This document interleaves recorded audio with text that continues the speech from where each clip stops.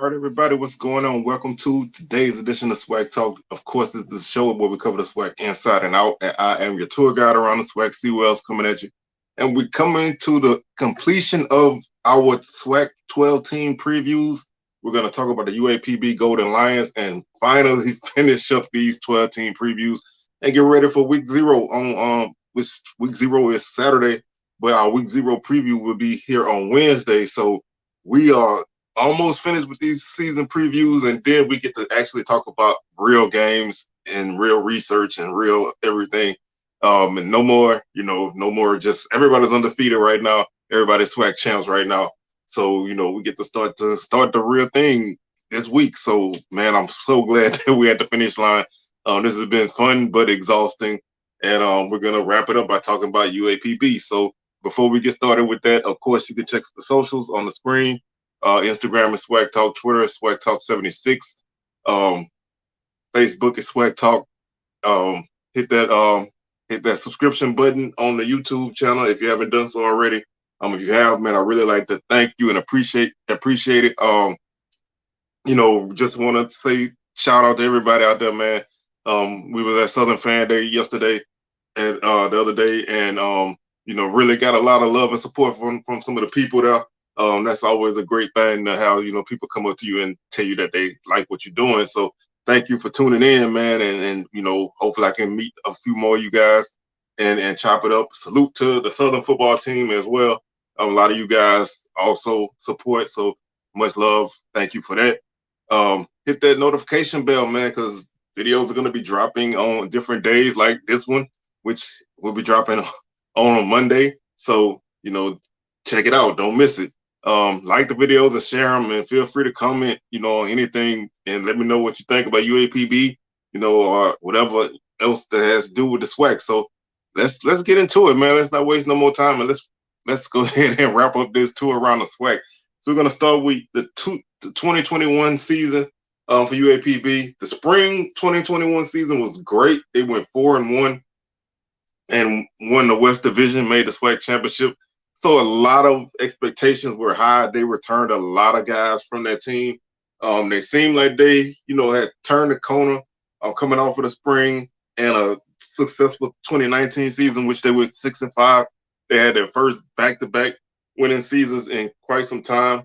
They've only had 7 winning seasons since they've been in the SWAC. So success has been hit or miss. They seemed like they were turning the corner and were putting some things together. They were, a team that looked like they could repeat. And the bottom fell out pretty much immediately. They opened up their season with a 34-16 loss to Lane College. Win. That was a win. I'm sorry. They beat Lane 34-16. So in some aspects, when you look at that game, it didn't really feel like a win. They lost to Central Arkansas 45-23. Then the game I think that totally turned their season around the wrong way was the 39-38 loss to Alcorn on a Thursday night. They had a huge first half lead. Alcorn came all the way back and won the game. I don't think this team was the same after that. They lost to Prairie View 27-17 the following Thursday. Then after a week off, they lost to Alabama State 35-15. October 16th, they lost to Southern by a score of 34-7, in which they allowed Southern to have a running back set the school record for rushing against them, and they didn't score their only touchdown until late in the game. So this was a game that they would never end. They lost to Arkansas 45-3 in the game. I think Arkansas totally called off the Dogs in the second half. They lost to Texas Southern 59-17. Still reeling, they were able to pull off a 7-point victory over Grambling 33-26. That would be their first win since the opening week of the season.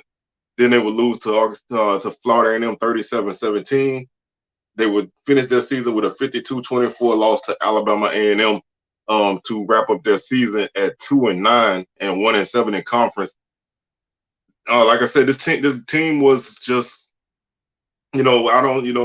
a lot of different factors, injuries, guys just not producing, shoddy play from, inconsistent play from quarterback, a run game that really didn't really get going. Just a lot of things just did not work out for this team, and now they're viewed as a bottom dweller. So it's gonna be very important for this team to rebound. But before we get into all of that, let's look at some of the numbers from 2021, and let's see if we can find out what went wrong. Um, the Golden Lions were 10th in the league in scoring offense at 19.8 points per game, 27 touchdowns, 12 field goals, 18 extra points, one 2-point conversion, giving them 218 points. They were 11th in scoring defense, allowing 37.7 points per game. They allowed 55 touchdowns, which was the most in the league, 10 field goals, 49 extra points, one 2-point conversion for 4, and one safety for 415 points allowed for the opponents. Total offense, Pine Bluff was 9th in the league at 320.3 yards per game, 22 touchdowns. They averaged 5 yards per play, which was 9th in the league. Total defense, they were 11th in the league at 453.5 yards per game. They allowed 53 touchdowns. They allowed the opponents to average 6.5 yards per play, which was 3rd in the league. Rushing offense, they averaged 123.4 yards per game, which was 7th in the league. So that was a bit better than where they were in the spring. They averaged 3.7 yards per carry, which would be 7th in the league, and 14 touchdowns. So numbers are pretty much in the average range in the rushing game. Rushing defense, they were 7th in the league, allowing 170.9 yards per game and 17 touchdowns, also allowing 4.4 yards per carry, which was 5th in the league. So they were pretty solid against the run as a defense. On the running game as an offense was okay. I think the passing game kind of hurt them a bit. They were 8th in the league in passing offense at 196.9 yards per game. They had 9 touchdowns and 14 interceptions.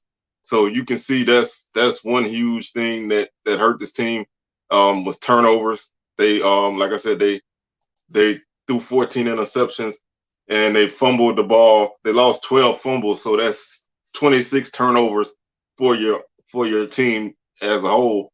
Defensively, well, that one pass. Let's go back to the passing game for the offense. They completed 50% of their passes. That would be the second worst percentage for a team. So not good passing numbers there. Passing defense, they were last in the league, allowing 282.5 yards per game. Opponents completed 61% of their passes, which was would be the 4th worst in the league. They allowed 36 touchdowns through the air and 7 interceptions. So they had 7 interceptions as a defense, and they recovered 6 fumbles. So that's 13 takeaways to 26 giveaways. So they were minus 13 in the turnover margin. You're not going to win hardly any games if you're turning the ball over that much and you're not forcing turnovers. So turnovers really did this team in a big way. Kickoffs, they were 3rd in the league. Kickoff returns, they were 3rd in the league with a 20-yard average. Punt returns, they were 6th in the league with 10.5 yards per return and 2 touchdowns. So they had a pretty solid return game on both aspects. Kickoffs, they were 11th in the league with a net average of 34.2 yards per kick. They averaged 51.6 yards per kick overall and 12 touchbacks. Field goals, they were 7th in the league, 12 of 17 for 70%. Extra points, they were last in the league at 18 of 22 for 81%. Punting, they were 8th in the league in punting with a 39.6 yard per punt average and a 32.7 yard per punt net average. They allowed 5.9 yards per punt return, which was the 3rd worst. So they didn't do a great job of covering punts, but that hurt them a lot. They allowed 25 sacks on the season, which was 7th in the league. And defensively, they registered 23 sacks, which was 8th in the league. So kind of average numbers on both those aspects. And like I said before, they had 7 interceptions, which ranked ninth in the league. They actually had 2 pick sixes, so which tied for the league lead. So they did a good job of getting points off of those turnovers, but they just did not force enough turnovers. First downs, they were 10th in the league, averaging 16.1 first downs per game, 177 total. The opponents averaged 22.2 first downs per game, which was 10th in the league as well, 244 total first downs. Third down conversions, they were last in the league at 20.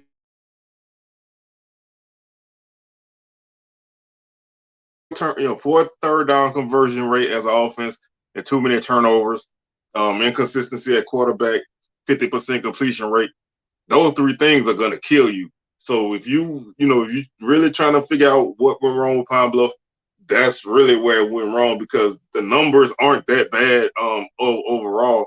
The scoring defense was bad, but they were pretty average in the other categories. So being that bad on third down, 27% and 26 turnovers, you're not going to win a lot of games in that aspect. Defensively, they allowed a 44% completion rate on third down, so that's a factor as well. Your defense can't get off the field, your offense can't stay on the field, and when you do have a drive, it ends in a turnover more than it ends in points. You're just that's a recipe for a 2-9 season, and that can demoralize you. Like I said, I think that Alcorn game really took the steam out of this team early, and they just never really recovered. They were 10th in the league in fourth down conversions at 29.2%. So they couldn't even get it on third down, on fourth down when they went for it, when they had the fourth most fourth down attempts. Excuse me. So they tried to attempt a lot of fourth downs conversions, but they did not convert many. So just poor execution from an offense that did them in all season.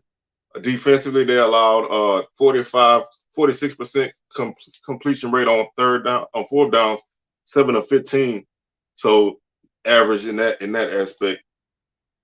Penalties, this team was the 5th least penalized team with 56.2 yards per game in penalties, 66 total penalties. So not a lot of penalties. They didn't hurt themselves in that aspect, but they hurt themselves in a lot of other ways. Opponents were penalized 88 times for 890 yards, 80.9 yards per game, which was the second most in the league. Red zone offense, they were 7th in the league, 23 of 36 for 63%. The 63% is the lowest red zone rate of any team. So that that really hurts them a lot. They had 13 touchdowns, 13 touchdowns. They had 10 rushing touchdowns, 3 passing touchdowns. They were 10 of 13 in the red zone on field goals. They had 2 fumbles, 2 interceptions, and 5 turnovers on downs. So basically 9 turnovers in the red zone.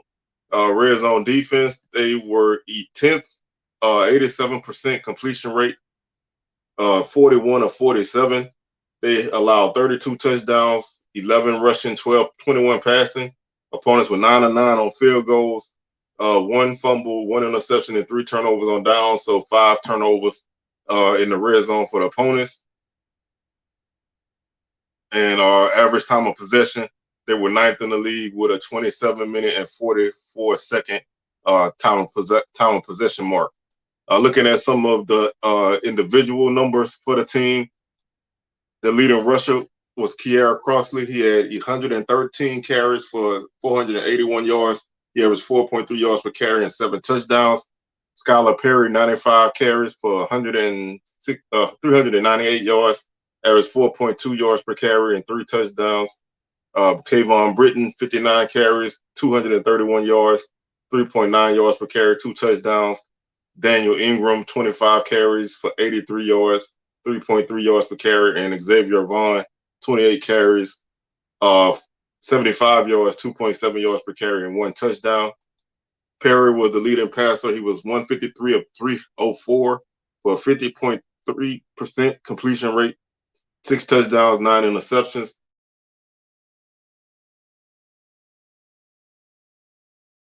Off these guys kind of rotated most of the season. Vaughn was 25 of 49, 3 touchdowns, 4 interceptions. He completed 51% of his passes, and he threw for 380 yards. Receiving, Josh Wilkes, 41 catches, 522 yards. He averaged 12.7 yards per catch, 4 touchdowns. Dalvin Hill, 17 catches, 331 yards, 19.4 yards per catch, 2 touchdowns. Trey Harrell, 26 catches, 294 yards, 11.3 yards per catch, 1 touchdown. Damon Dawkins, 17 catches, 287 yards, 16.8 yards per catch, and 2 touchdowns. DeJuan Miller, 22 catches, 239 yards, 10.8 yards per catch. Tyron Ralph, 15 catches, 166 yards, 11 yards per catch.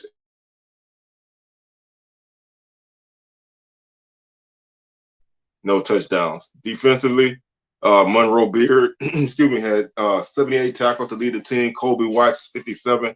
Tamal Akins, 56. Jalen Thigpen, 54. Isaac Peppers, 49.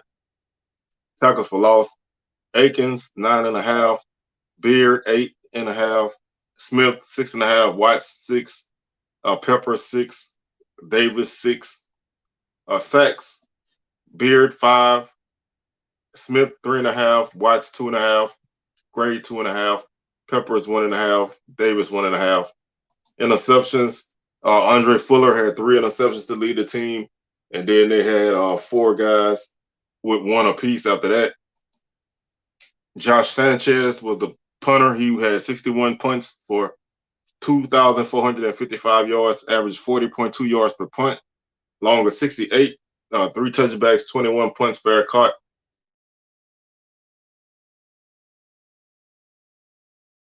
Pine Bluff actually blocked 4 punts on the season, so they did pretty well in that range. Zach Kriszniska was the field goal kicker. He was 12 of 17 on the season for 70%. He was 5 of 5 from 20 to 29 yards, 6 of 10 from 30 to 39 yards, 1 of 2 from 40 to 49 yards. No field goals from 50 plus. His long on the season was 45. They also blocked the field goal. The Golden Lions did, so 5 blocks on kicks for them this season. So that was a pretty good number there. Kriszniska was also the kickoff specialist, 46 kicks, 2,364 yards, 51.4 yard per kick average, and 12 touchbacks. He did have 2 kicks out of bounds. Return game, DeJuan Miller was the leading punt returner. He had 9 returns for 113 yards. Ralph, 10 returns for 69 yards. And the other two,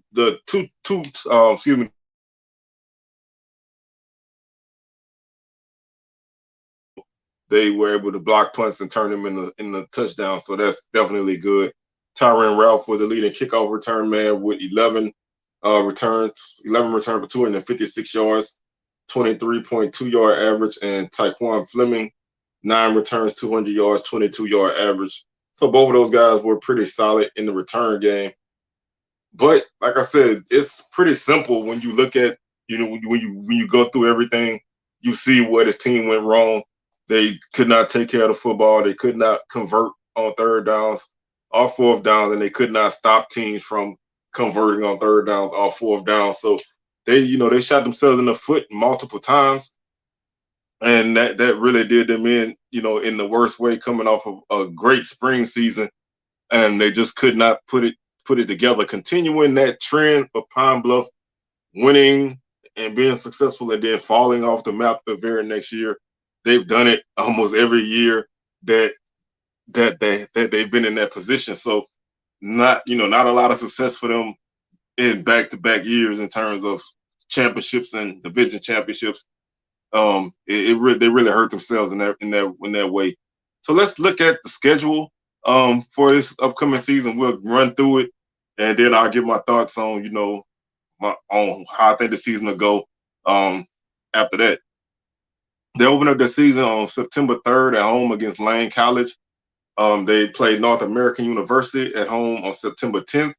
Then they go on the road to Stillwater, Oklahoma, to take on the Oklahoma State Cowboys on September 17th.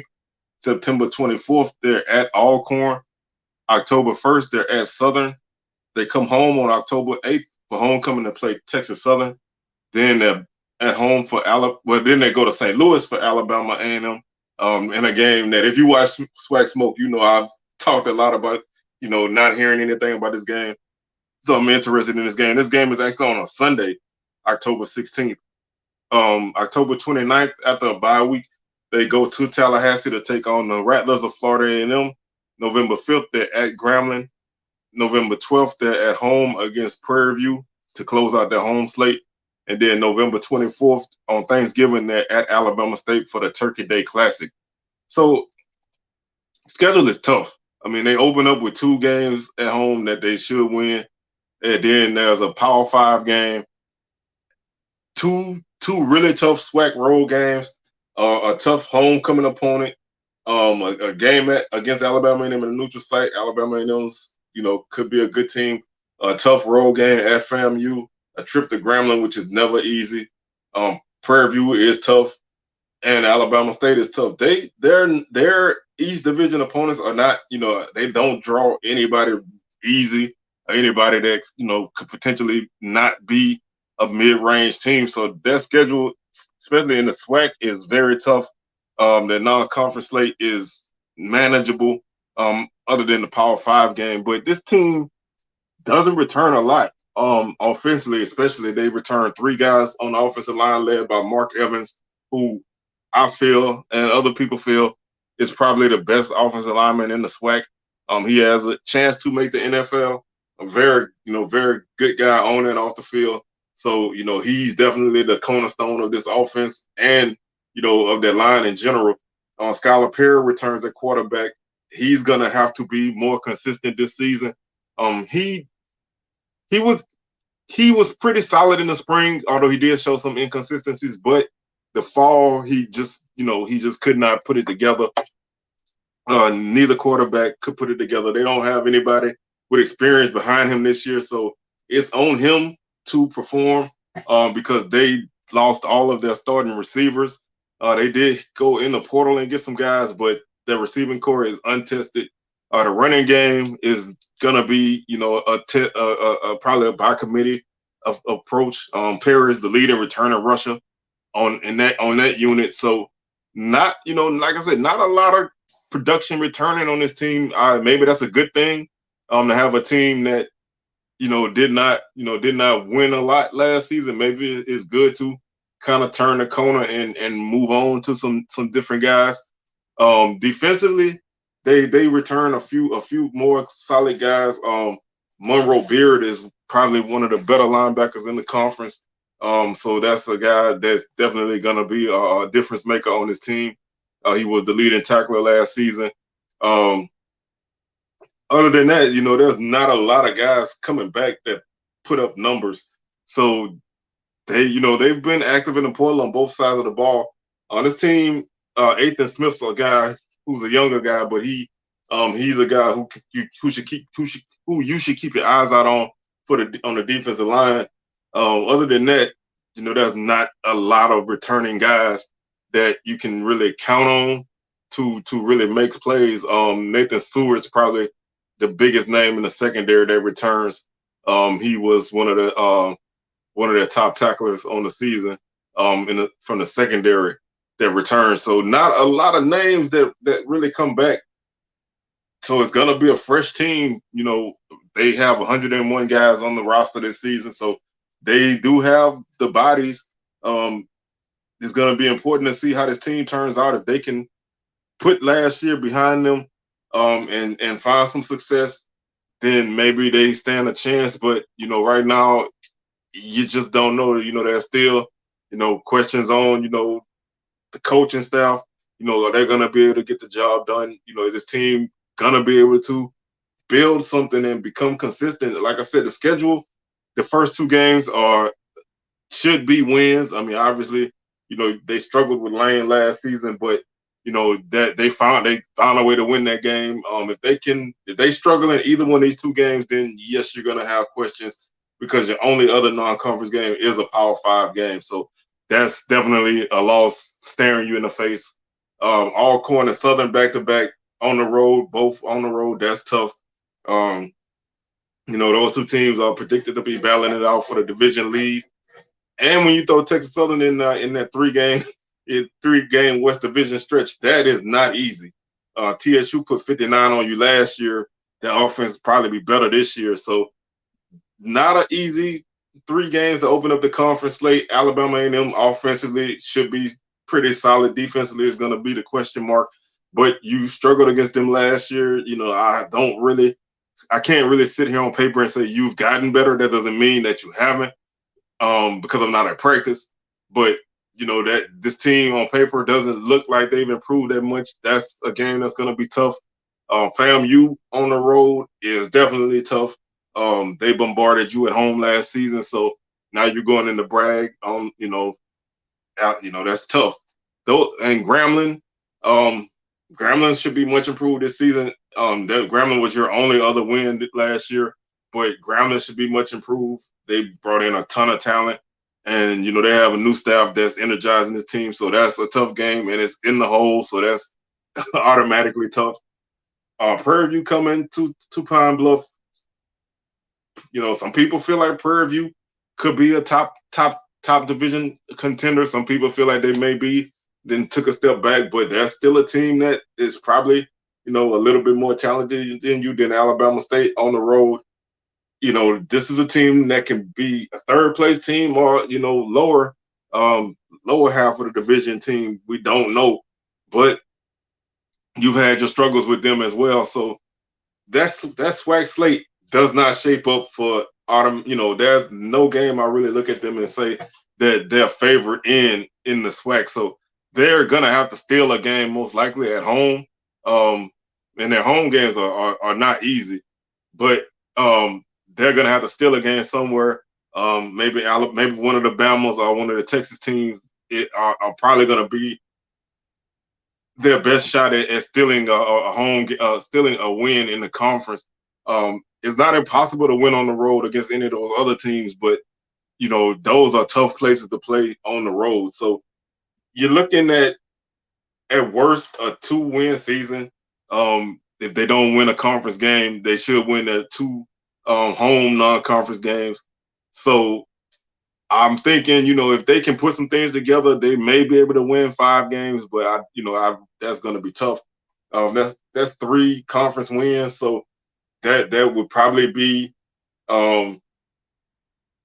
you would probably have to sweep your 2 home conference games, and then steal a win somewhere else to get the 3 wins in conference. I don't really see that. So I think this team, my guess for them would be like 3-8. Because I do think they'll win a conference game somewhere. Who I can't really say, but I think they'll steal a home. They'll steal a SWAC game somewhere. But I'm just not sold on this team. I don't really see a lot of positive things to say that they really improved from last season. So not to me, obviously not the greatest prediction, but you can trend upward, if you can start to put some things together. Unfortunately, I can't really say that right now. So that's gonna do it for our Pine Bluff preview. Like I said, I think if things went well, they might be able to win 5 games. But I'm putting them at 3 for this prediction. So thank you for tuning in. That wraps up our 12-team previews. Wednesday will be our week 0 preview. So football is here. SWAC football starts on Saturday. So we are here. Week 0 preview on Wednesday. SWAC smoke on Thursday. Live 6 p.m. Central, 7 p.m. Eastern. So we'll talk about a lot of different things, and definitely going to talk about the upcoming games. So enjoy the start of your week, and catch me on Wednesday for our week 0 preview. And we're out of here, man. Peace.